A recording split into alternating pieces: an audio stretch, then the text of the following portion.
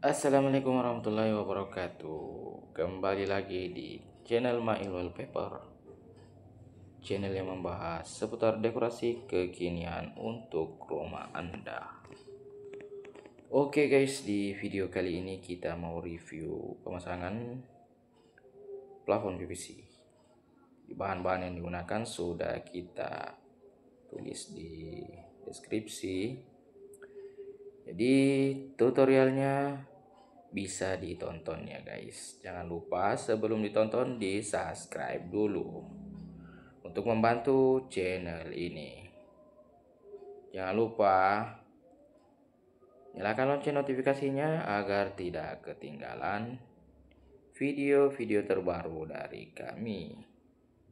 Semoga menginspirasi dan semoga bermanfaat. Salam sukses semua.